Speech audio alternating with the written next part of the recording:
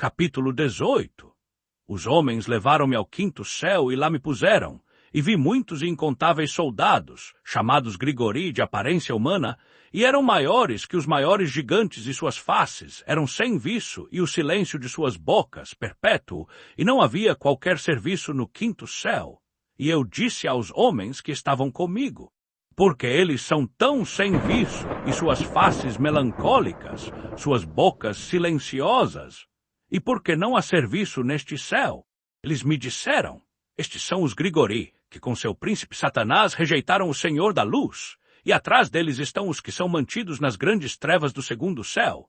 E 3 deles foram para a terra vindos do trono do Senhor, para o Hermon, e quebraram seus votos nas encostas da colina do Hermon, e viram como eram bonitas as filhas dos homens, e tomaram-nas por esposas, e sujaram o mundo com suas obras.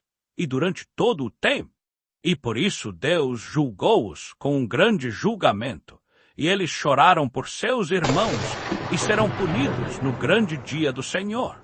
E eu disse aos Grigori: eu vi vossos irmãos e suas obras e seus grandes tormentos, e orei por eles, mas o Senhor condenou-os a estar embaixo da terra até o céu e a terra se acabarem. E eu disse: por que razão esperais, irmãos, e não servis diante da face do Senhor, e porque não pusestes vossos serviços diante da face do Senhor, para que o Senhor não se enraivecesse tanto? E eles ouviram minhas admoestações, e falaram para as 4 ordens do céu, e vede, enquanto eu estava com esses 2 homens, 4 trombetas soaram juntas bem alto, e os Grigori romperam em um cântico uníssono. E suas vozes foram até o Senhor cheias de piedade e afeição. Capítulo 19. E então aqueles homens tomaram-me e me puseram no 6º céu, e lá 7 grupos de anjos, muito brilhantes e gloriosos, e suas faces brilhavam mais que o sol resplandecendo, e não havia diferenças em suas faces, comportamento ou maneira de vestir-se. E eles fazem as ordens e aprendem o movimento das estrelas, a alteração da lua ou a revolução do sol e o bom governo do mundo. É quando eles veem coisas ruins, fazem os mandamentos e dão instruções e cânticos doces e altos. E todos são cânticos de louvor. Esses são os arcanjos, que estão acima dos anjos, e eles avaliam toda a vida no céu e na terra, e os anjos que estão designados para as estações do ano, os anjos que cuidam dos rios e dos mares, e os que cuidam dos frutos da terra, e os que cuidam de toda a vegetação, dando comida para todos, e os anjos que anotam todas as almas dos homens e todos os seus feitos e todas as suas vidas diante da face do Senhor. Em meio deles estão 6. Capítulo 20. E aqueles 2 homens levaram-me até o 7º céu, e lá vi uma grande luz e as flamejantes hostes dos grandes arcanjos, milícias incorpóreas e dominações, ordens e governos, querubins e serafins, tronos e alguns de muitos olhos, 9 regimentos, as estações de luz resplandecentes, e tive medo, e comecei a tremer com grande terror.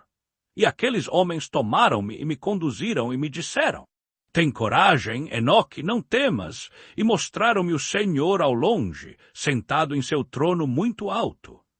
Pois o que haverá no 10º céu, se o Senhor aqui habita? No 10º céu está Deus. Na língua hebraica ele é chamado Aravat, e todas as hostes celestes viriam e ficariam nos 10 degraus, de acordo com sua posição, e se curvariam ao Senhor e novamente voltariam aos seus lugares em alegria e felicidade, entoando cânticos na luz ilimitada, com vozes suaves, servindo-o com glória. Capítulo 21. E os querubins e serafins que estavam perto do trono, os de 6 asas e muitos olhos, não se afastaram da face do Senhor, fazendo sua vontade e rodeando seu trono, cantando com doces vozes diante da face do Senhor. Santo, Santo, Santo, Senhor soberano dos exércitos, céus e terra estão plenos de tua glória. Quando vi essas coisas, aqueles homens disseram-me: Enoque, foi-nos ordenado que viajássemos até aqui contigo, e esses homens se foram e não mais os vi. E fiquei só no fim do 7º céu, e fiquei com medo e caí de face no chão e disse a mim mesmo: ai de mim, que será de mim?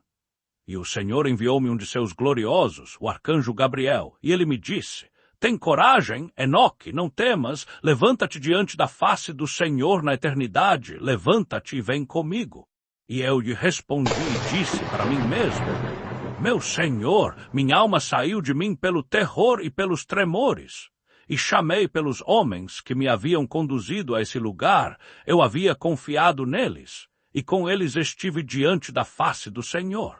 E Gabriel pegou-me como uma folha, que é apanhada pelo vento, e colocou-me diante da face do Senhor. E eu vi o oitavo céu, que é chamado na língua hebraica de Mazarot, constelações. O que muda as estações, a seca e a umidade, e das 12 constelações do círculo do firmamento que está sobre o sétimo céu. E eu vi o nono céu, que é chamado em hebraico Cushavim, onde estão as casas divinas das 12 constelações do círculo do firmamento. Capítulo 22. No 10º céu, Aravot, vi como era a face do Senhor, como o ferro que arde no fogo e que, ao sair, emite faíscas e queima. Assim vi a face do Senhor. Mas a face do Senhor é inefável, maravilhosa e muito sublime e muito terrível. E quem sou eu para falar sobre o inexprimível, ser do Senhor e sua magnificente face? E não posso contar a quantidade de suas muitas instruções e várias vozes. O trono do Senhor muito grande, que não foi feito por mãos, nem a quantidade daqueles que o rodeiam hostes de querubins e serafins, nem seus cantos incessantes, nem sua imutável beleza. E quem pode falar da grandiosidade de sua glória? E devo inclinar-me e reverenciar o Senhor. E o Senhor, com seus lábios, disse-me: Tem coragem, Enoque. Não temas, levanta-te diante de minha face na eternidade. O arcanjo Miguel levantou-se e conduziu-me diante da face do Senhor. E o Senhor disse aos seus servos pondo-os à prova: Deixa que Enoque se ponha diante de minha face na eternidade. E os gloriosos curvaram-se ante o Senhor e disseram: Que Enoque vá segundo tua palavra. E o Senhor disse a Miguel: Vai e despoja Enoque de suas vestes terrestres e unge-o com meu doce bálsamo, e veste-o com os vestidos de minha glória. E Miguel assim o fez, tal qual o Senhor lhe ordenara. Ele me ungiu, vestiu-me, e o aspecto daquele bálsamo é mais que a grande luz. É como o doce orvalho e seu perfume, suave e brilhante como um raio de sol, e olhei para mim mesmo, e eu estava como um de seus gloriosos. E o Senhor convocou um de seus arcanjos, chamado Pravuil, mais forte em sabedoria do que qualquer outro arcanjo, que escrevera todas as obras do Senhor, e o Senhor disse a Pravuil: Traz aqueles livros de meus depósitos e uma pena de escrita rápida, e dá-os a Enoque e incumbe-o da escolha dos livros. Capítulo 23. E ele me falava sobre todas as obras do céu, terra e mar, e todos os elementos, suas passagens e cursos, e o tremendo ruído do trovão, o sol e a lua, os cursos e as mudanças das estrelas, das estações, anos, dias e horas, de como se formam os ventos, o número dos anjos e a formação de seus cânticos. E todas as coisas humanas, a língua de cada cântico e vida humana, os mandamentos, instruções e os doces cantos. E Pravuil disse-me: Todas as coisas que te disse, temo-las por escrito. Senta-te e relaciona todas as almas da humanidade, ainda que muitas delas já tenham nascido, e os lugares preparados para elas na eternidade. Pois que todas as almas são preparadas para a eternidade, antes mesmo da formação do mundo. E tudo se repetiu por 30 dias e por 30 noites. E eu escrevi todas as coisas com exatidão, e escrevi 366 livros. Capítulo 24. E o Senhor chamou-me e disse-me: Enoque, senta-te à minha esquerda com Gabriel. E eu curvei-me diante do Senhor, e o Senhor falou-me: Enoque, amado, tudo que vês já pronto, eu te digo que já era mesmo antes do início, pois que tudo isso eu criei do não ser as coisas visíveis do invisível. Ouve, Enoque, e aceita minhas palavras, pois nem a meus anjos contei meus segredos, e não lhes contei sobre seu surgimento, nem falei-lhes do meu reino infinito, nem entenderam meu ato de criação. que hoje conto a ti. Capítulo 25. Nas partes mais baixas, ordenei que as coisas visíveis descessem do invisível, e Adoil desceu muito grande, olhei-o, e ele tinha um ventre de grande luz. E eu lhe disse, parte-te, Adoil, e deixa que o visível saia de ti. E ele partiu-se, e uma grande luz saiu dele. E eu estava em meio à grande luz, e como a luz se faz da luz, nasceu uma grande era e mostrou toda a criação que eu havia pensado em criar. E eu vi que era bom, e dispus para mim um trono e sentei-me nele, e disse para a luz, vai mais alto e firma-te acima do trono, ser um princípio para as coisas elevadas, e nada acima da luz. E aí eu me inclinei e olhei de meu trono. Capítulo 26. E eu chamei o mais baixo pela segunda vez e disse, deixa que Archas saia com força do invisível. E Archas veio, duro, pesado e muito vermelho. E eu disse, abre-te, Archas, e nasça de você. E ele veio inacabado, uma idade veio adiante, muito grande e muito escuro, aguentando a criação de todas as mais baixas coisas. E eu vi que era bom e disse a ele, vai para baixo e estabelece-te, torna-te fundação para as mais baixas coisas. E aconteceu que ele desceu e fixou-se e tornou-se a fundação para as mais baixas coisas. E abaixo das trevas nada mais há. Capítulo 27. E ordenei que fosse retirado da luz e das trevas, e disse, torna-te espesso, e assim foi, e o espalhei com a luz, e ele tornou-se água, e o espalhei nas trevas, abaixo da luz, e tornei as águas sólidas. Eu as fiz sem fundo, tendo como base a luz. E criei 7 círculos a partir do interior, e tornei a água parecida com o cristal úmido e seco, igual ao vidro, e formei um círculo de águas e outros elementos. E mostrei a cada um deles o seu caminho, e ordenei o movimento de cada uma das 7 estrelas em seu céu. E vi que isto era bom.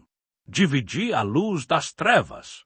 E disse para a luz que ela seria dia e as trevas noite. E houve noite e manhã no primeiro dia. Capítulo 28.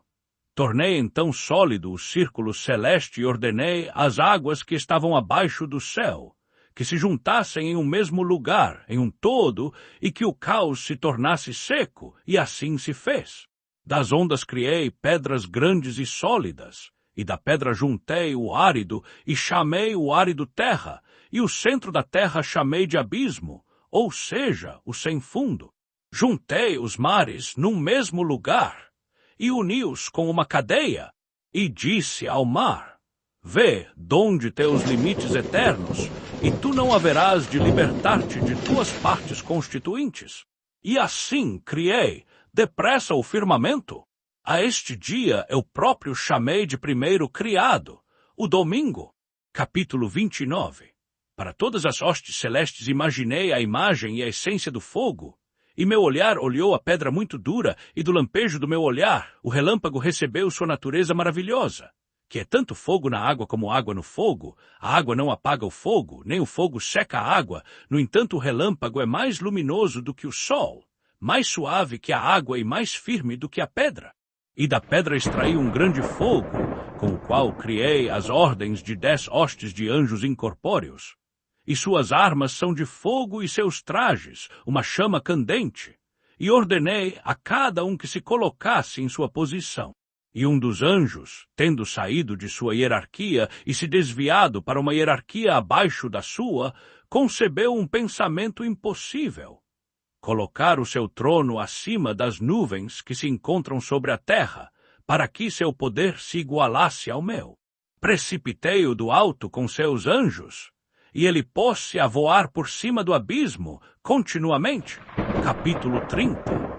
No terceiro dia, ordenei à terra que produzisse grandes árvores frutíferas e montanhas e sementes para a semeadura. E implantei o paraíso e cerquei-o com guardiões armados, como anjos flamejantes. E deste modo criei a renovação. E veio a noite, e da manhã se fez o quarto dia. Neste dia ordenei que se fizessem grandes luzeiros nos círculos celestes. No círculo mais elevado, coloquei a estrela Cruno, no segundo círculo coloquei Afrodite, no terceiro Áris, no quarto o Sol, no quinto Zeus, no sexto Hermes, no sétimo a lua adornada com as estrelas menores.